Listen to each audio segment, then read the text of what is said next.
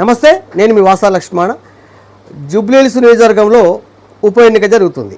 మరి ఎన్నికల్లో ఏ పార్టీ గెలుస్తుంది? బీజేపీ పార్టీ గెలుస్తుందా, బీఆర్ఎస్ గెలుస్తుందా, కాంగ్రెస్ గెలుస్తుందా?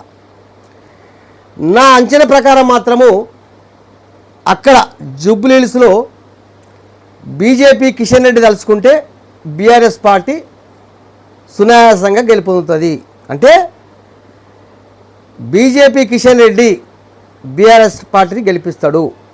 అక్కడ బీఆర్ఎస్ పార్టీ గెలిస్తే అందులో పాత్ర కిషన్ రెడ్డిది ఉంటుంది. అంటే ఈ మాటలు మీకు నమ్మశక్యంగా లేకపోవచ్చు, కానీ ఇది వాస్తవము. గతంలో కూడా ఎన్నో జరిగినాయి. ఉదాహరణకు సిరిసిల్ల తీసుకుందాం, మొన్నటి అసెంబ్లీ ఎన్నికల్లో సిరిసిల్ల తీసుకుందాం. అక్కడ కేటీఆర్ గారు ఓడిపోయే వ్యక్తే, కానీ కిషన్ రెడ్డి ఎంటర్ అయ్యి కేటీఆర్ గెలిపించిండు. ఈ విషయం కూడా సమయం వచ్చి మాట్లాడుకుందాం. అంటే నేను ఏమంటున్నా అంటే మిట్లారా, బాధ కలిగే అంశం ఏంటంటే ఇలా బీజేపీ కార్యకర్తలు దేశం కోసం, ధర్మం కోసం అనే సిద్ధాంతంతో సొంత డబ్బులు ఖర్చు పెట్టుకొని ఇంటి నుంచి సర్ది తీసుకుపోయి బీజేపీ కోసం పనిచేస్తారు. కానీ కొద్దిమంది నాయకులు మాత్రం ఇట్లా ఈ విధంగా ఉంటారు.